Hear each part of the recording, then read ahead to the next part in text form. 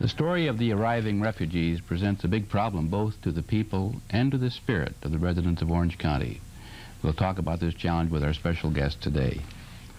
Bill Brown is president of Winona Enterprises, Incorporated, a film production company, and is co-founder and chairman of the board of directors of the Committee of Conscience, a new international organization. A former All-American swimmer and American record holder, Bill is a graduate of the USC Film School. Father Do Tan Ha is a Roman Catholic priest and former teacher in South Vietnam. In April 1976, when he was about to be arrested by the communist government, he fled the country in a small fishing boat. He came to the United States in October of 1976 and was made the director of the Vietnamese Center in Stanton by order of the Roman Catholic Diocese of Orange. Gail McGee is the refugee coordinator for the Human Services Agency and has responsibility for coordinating public and private aid programs for refugees arriving in Orange County. Prior to her appointment last July, Gail was supervisor for the county refugee program in the Department of Social Services. There's such an enormous problem. I have this vision of 400,000 refugees still outside of any country, homeless people, people for whom each day is an agony. And then I have the vision of 220,000 living in the United States, and most of them in California. I'm wondering what you are trying to do on a national and an international level, and it's unique that this group is right from Orange County, Bill. So why don't you tell us what you're trying to do to elevate the conscience of the world about this problem? Well, I'm glad you used the word conscience, because that's the key, we feel, to our program. We would like to act as a conscience, a group that has the ability to say what's right and what's wrong in a very nonpartisan way. On the national and international level, really very little is being done. There was the Geneva Convention, and there was a lot of talk done there. And there were some rather good commitments made on the part of the United States and a few other countries. But basically, since then, the monsoon season has come up, and Vietnam has backed off on its voluntary expulsions, or involuntary, where they charge them $2,000 or $3,000 in gold and force them to flee. But it will resume again as soon as the weather gets better. And it's like a tea kettle. It boils up and then it boils down, and the pressure goes off on the outside, and then it'll come back up on the inside. Specifically, the area we're trying to do things in now is the building of a secondary resettlement camp. Hopefully that will be in southwestern Australia. And at that particular location, which is very nearly uninhabited, the people can live in a climate that will help them overcome their tuberculosis problems. They can orderly, cleanly, and humanely go about the process of being resettled into another land. They can learn English if they're coming to the United States or Canada. They can learn French if they're going there. And it can be a much better organized, more structured type of situation, and eliminate a lot of the human misery that's going on right now that Father Ha experienced. Where are the voices of outrage being raised about this problem? Are we hearing it in the United Nations? Who on the international forum place is speaking out against this problem? It's politically touchy. It really is. We found that, well, if you go back... President Carter, I know, talked about it in his recent trip to Japan, but... He did, and that was in the immediate aftermath of Geneva. But since then, you find it kind of going away. The communists do not want to acknowledge that this problem exists. In fact, Jim Oliver, the New Hebrides Islands, has an immediate order for 3,000 boat people brought there now. And there's a priest there, no offense, Father, who's a communist. And he doesn't want them there, and he's being very obstructionist. And as of this point in time, no one has been allowed to come into the New Hebrides. The communists don't want these people anywhere because they're freedom-loving people, and they know what it's like to live under communism. And they don't want to live there. They don't want to live there. We hear of two kind of conditions on it. Maybe both of you could reflect a little bit about it. I hear of people who go through any privation that you can think of in order to escape. They want to escape. I've also heard the story that the communists, the government now in charge in Vietnam, are forcing some of them to leave because they consider them as people or persona non grata. So which of the two stories accounts for most of the refugees? Are the people being forced to leave, or a lot of them will risk anything to get out and escape? Both things Both things are happening. Are happening, and both things are true. I think now the communists in Vietnam are forcing ethnic Chinese to leave Vietnam. Because those who are of Chinese extraction, they regard as a risk. But on the other hand, a lot of the Vietnamese people don't want to stay and live under the communist rule, and that's why they are trying to escape, even if they have to die on the high sea. It's an incredible risk. You are on the receiving end, if I could say that, Gail, and what's happening with your office is happening in many of the other 58 counties in California, because California, with 100,000 of these refugees, 100,000 out of the 220,000 seem to like California or to settle in California. What does it mean? How do you deal with it? Well, Tell us what your job is. It's been very difficult to respond with the complete resources that we have in human services to a new population that we knew very little about culturally, and we had very little language ability. We have been hiring bilingual staff for all of our human service programs as fast as we can, especially in this Proposition 13 era, which has been very difficult, trying to deliver our services in a culturally appropriate way, in a responsible way, so that we teach people how to live here in the best way possible, which we think is in the best interest of the people of Orange County and of the people who are coming here.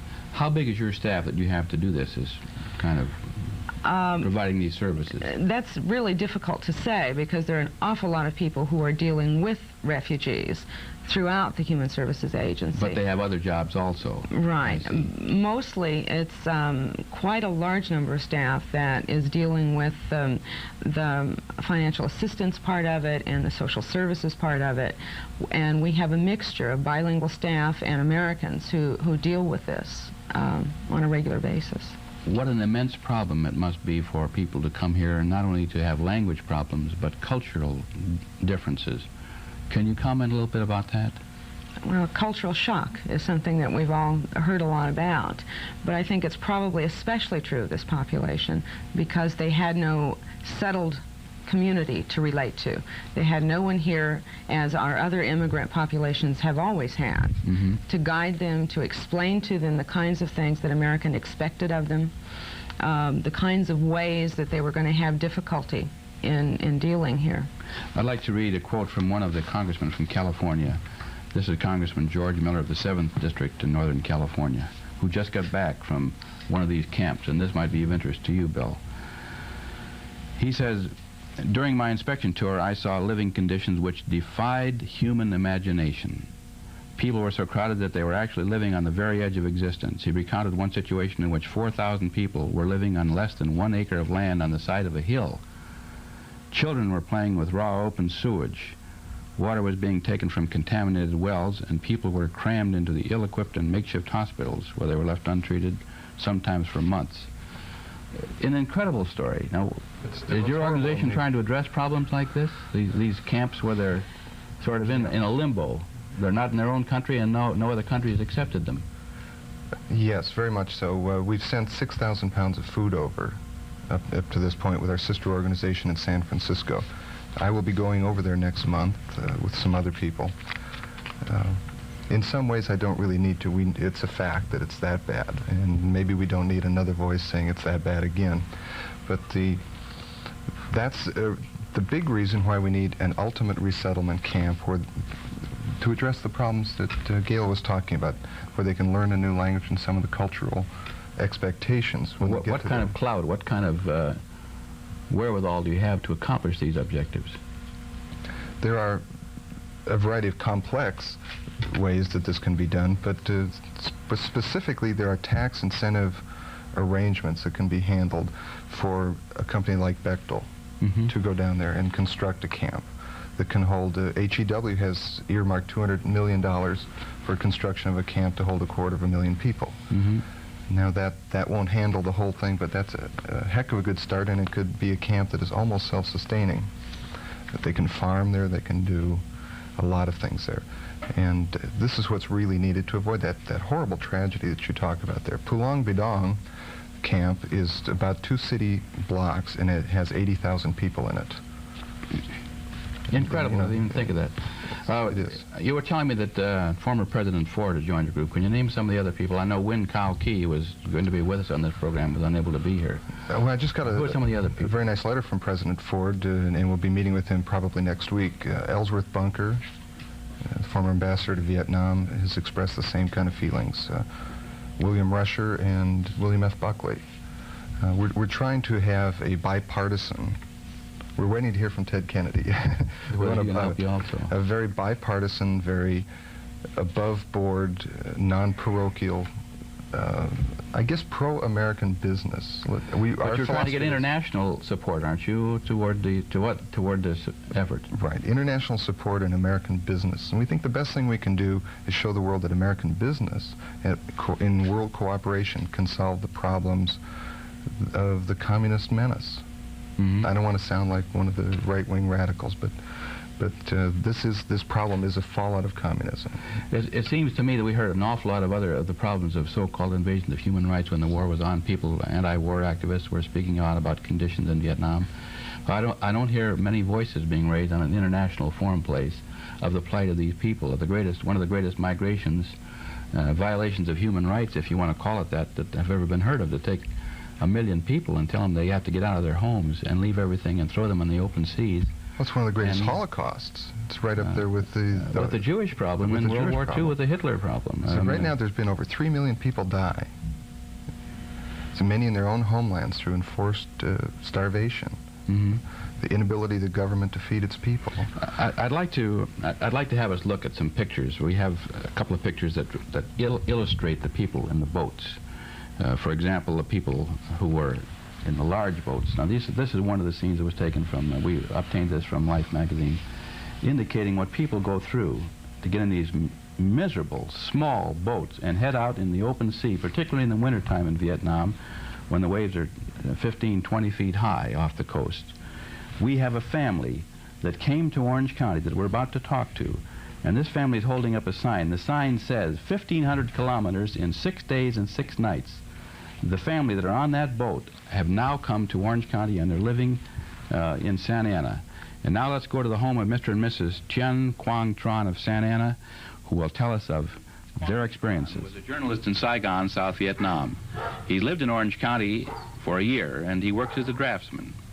He escaped his homeland by boat along with his wife and 3 children. He was 6 days in a boat with 34 people before he landed in Malaysia. He then went to Singapore before coming to the United States. What was it that made you want to leave? You mean what reason?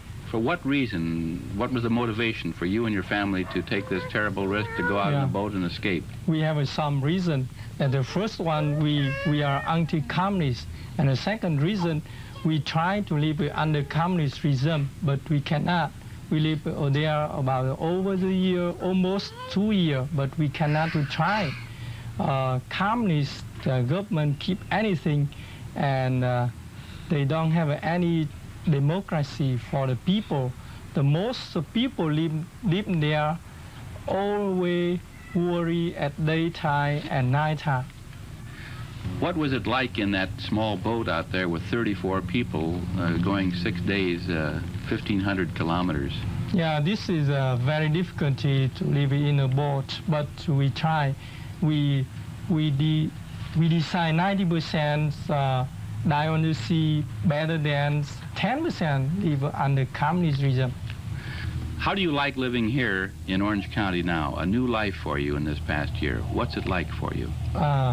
In this country, I can say the whole country, this is a big country and very good for resettlement.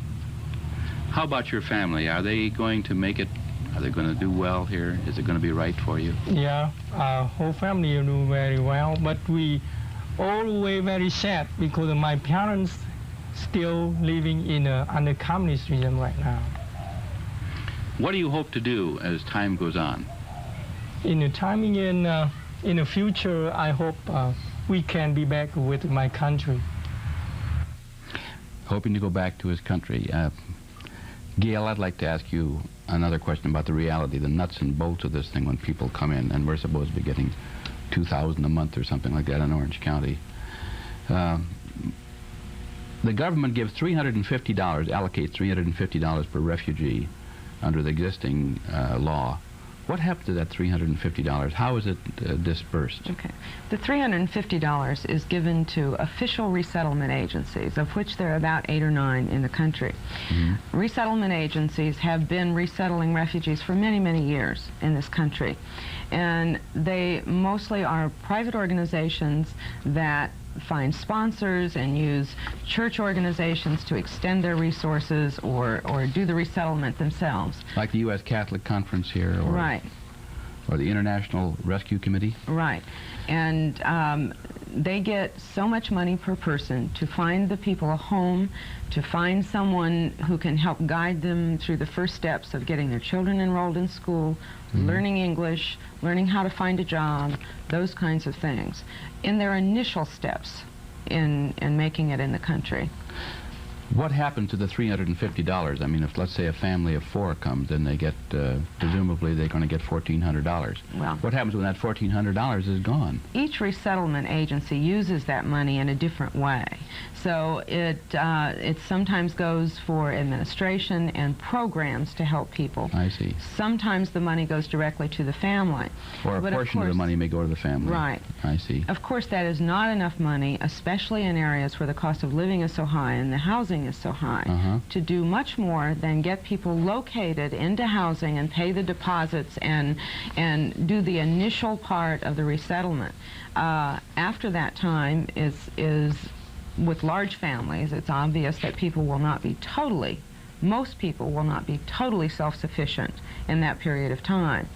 So the federal government has provided 100% federal support mm-hmm. through the welfare system to assist those families while they're learning English and while they're learning a skill. Is are the California people getting a disproportionate amount of money because we have a disproportionately large number yes. of people here? Yeah, we get it. Each person that is eligible mm-hmm. gets reimbursed. The agency gets reimbursed 100% from the federal government. Father Ha, you're in an agency that tries to help people get resettled, but you have come through this yourself.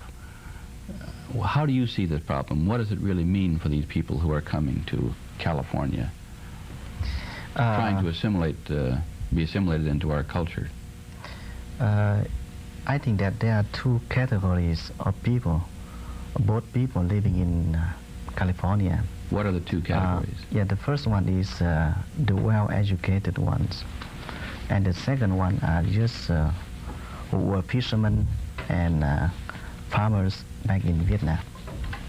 For the first category people, I think they are doing very well to adjust to the new way of life in America. But for the second one, it took them a few years to learn the language, to learn the skills, and to have a good job to support themselves and their families. And the second category, what are they? How would you characterize those people? Are they less educated people, or what do you mean? Yeah, they are usually less educated people. Yes. They come from fishing families, farming families, and when they come to this country. In other words, they've had very little city life, we'll say, yeah, more of that's right. rural life. Yeah. And it's difficult for them. Yeah, it is very difficult for them to adjust. Is language a big problem? If you had to name 2 or 3 problems, I guess I should ask mm-hmm. both of you to reflect on it. What are the 2 or 3 biggest problems you see? First of all, the language. Language? Because English language is a total different language from the Vietnamese. And the second one is a job. Finding a job? Yeah, finding a job, because most people coming to this country, they don't find a suitable job that they had before coming to this country, that they had back in Vietnam. To find a job and that's why when they come over here, they have to go to school to learn another job. and it takes them sometimes. What would you say, Gail? What are the things you run into, the biggest, most monumental problems your agency has to solve? The refugees perceive their lack of English as being the biggest problem that they face. And as Father Haas said, not being able to enter the labor market at the place you previously had worked so hard to achieve. And I think that that's an important aspect to understand, that you may have a 40-year-old man with 6 children who is doing very well in Vietnam, and he comes here and he has to start out as if he were 18 years old. And that's very difficult emotionally as well as practically.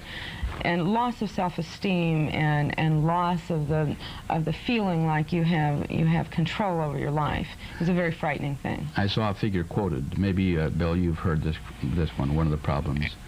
The figure quoted from the Human Services Agency that as high as 60% of the refugees have problems of mental depression, that they feel very downcast. They have a bad, like maybe what you say is self-esteem. Do you find that too? Or I'd like to ask any of you to comment on that one. Well, there's a lot of truth in that. There's, in the total realm of the cultural shock that these people are experiencing, we've heard stories of babies being scalded in showers because the people had never seen a shower before. That would be in the second category of people you're talking about. In the undereducated group. Professor Tang told me, he was also a refugee, that it would be as hard for me to go to Vietnam or Africa or something like that and try to kill snakes with a rock and live that way as it is for many of these people to come to our highly technical, highly business society. Which is another reason we're trying to get people all over the world. Brazil, for an example, takes in 1 refugee for every 1.2 million in population. They're not doing a real good job there.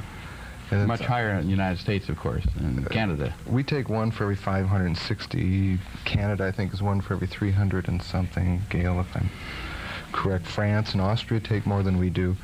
There is a myth that we're taking all of them, and that's not the case at all. But Brazil specifically wants people to populate the interior of their country. The interior, which is climatologically similar to Vietnam, where these people can farm and they can do the things they always had in a safe, peaceful country. And maybe that could be done. That's an area we're working on. I notice one of the things that you have done, that your group, Father Ha, is to put out this book, a simple little book that makes it possible for people, for Vietnamese people, to understand English. It's a simple thing, just to say things like, can I buy a loaf of bread, or I want to go to the store, or where do my children go to school? How do you get the money to put these out? We got the money from collecting used newspapers and aluminum cans, and we sold all these things, and we can get some money and to print and prepare these books. So far we have printed 20,000 copies, and we are sending all of them to Southeast Asia refugee camps. And are you asking for money, for dollars for people, or support of local people who want to open up their hearts maybe and try and do something about this? Yeah. What are you asking for? Yeah, we would like to ask, you see, the people here to help us help our refugee brothers in Southeast Asia by giving us some money so that we may send them magazines, English textbooks, so that they may learn the language when they are waiting over there. And you all, in other words, you send these little books over there as well as give them to refugees who are here. Yeah, we also would like to give to refugees. Are you also asking for people who will volunteer to help be sponsors too, or to help the people find the second one we would like to ask the American people in this area is to sponsor more refugees. To sponsor more refugees. Yes. Let's give a phone number for anyone who's interested in reaching your center, anyone who wants to get involved in the problem. It's area code 714-894-1255. That's the Vietnamese Center, and it's located in Orange County. Area code 714-894-1255. A lot of people have expressed concern about them coming here. Some people have said it's a big burden on us, it's a big burden on Orange County, it's a big burden on LA County, on San Francisco. All of the refugees coming. Other people have said that it's a good thing for us. And I'd like to read a quote from Senator Cranston and get your reactions on it. This is from Senator Cranston. We are opening our doors to thousands of people fleeing persecution in Southeast Asia, so-called boat people. America properly will welcome these refugees not only for their sake, but for ours. We know that like all the immigrants and exiles who came before them, the Indo-Chinese surely will contribute to our national vitality.